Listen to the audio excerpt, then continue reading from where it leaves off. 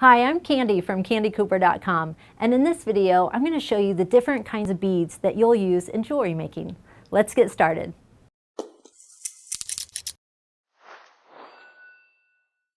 So I brought along a few beads from my collection. This is a very small amount of them, but I just want to give you some basic bead types that you're going to find at the craft store, or you can also go to independent bead stores, or you can pick them up at like bead festivals. If you watch in your area, if you see a bead festival, that means there's a lot of vendors that have come and brought all kinds of beads. And that's really probably one of my most favorite places to shop for beads, because you can see them right there, buy them in bulk, whatever. So let's start with just metal beads. Metal is great because it looks good with everything. So they're going to come in all different colors or types of metal. A lot of them are base metal and they've been plated with something. You're going to see antiqued, but you've got like big focal ones down to spacer beads. And by spacer, I just mean like skinny beads that are going to sit next to your focal beads. Then you've got bead cones. Bead cones are awesome. Like you can use them for tassel toppers, or the beads can sit down in them. You can have chain coming out of them. All kinds of different ideas you can do with bead cones. Then you might find these like bars. I call them spacer bars, but they've got like they're double drilled or double holed spacer beads. So like if you're making some pearl jewelry or something where the consistent size beads are in between, it looks really nice when you line these all up, and it gives you kind of a really finished classic look. Then there's like novelty metal beads, like these cage beads, and these have these like cool crystals floating around in them. Really fun geometric style beads. Then we get into more of like basic things like glass, and you'll find that they have these coatings on them. That's what makes them kind of rainbow coating or rainbow looking, because on the back there's like this spray coating. Sometimes it's called AB, which means Aurora Borealis or rainbow effect. So they come in round.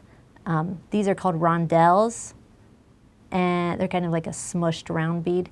And then you'll find novelty shapes like teardrops and marquees like that.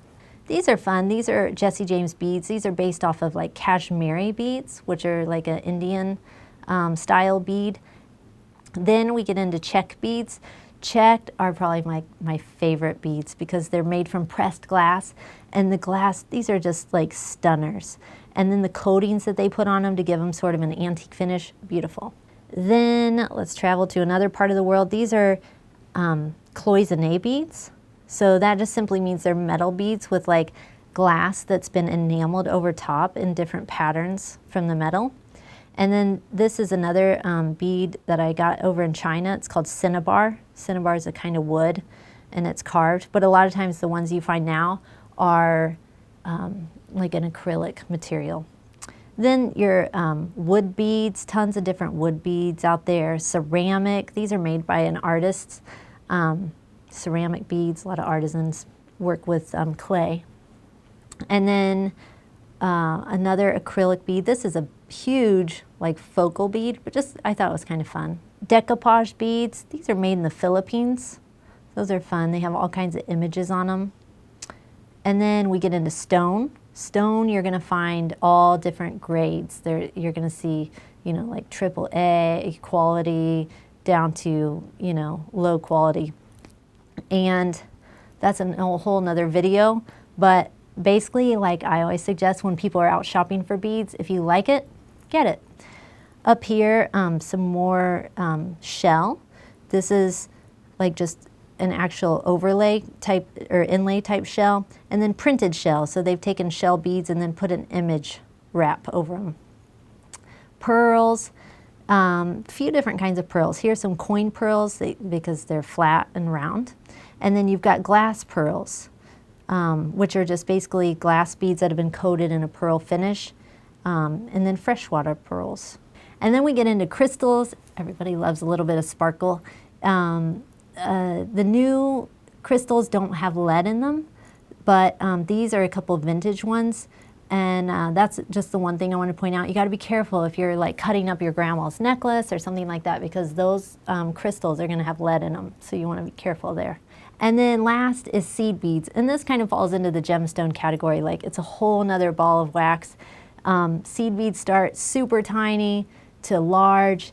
You can buy them where they're all consistently shaped so that you get a nice, like if you're doing seed bead work where you need it all really perfectly even, you can spend a little more money and get consistent size seed beads, or you can use like these larger ones that are kind of more lumpy and bumpy for spacers or whatever. So that's just a quick little tour of some of the beads in my collection and the things that you're going to find when you go out searching. Thanks for watching this video. I hope you'll drop us a line in the comments section or give us a thumbs up if you liked it, and be sure to subscribe to this channel. See you next time.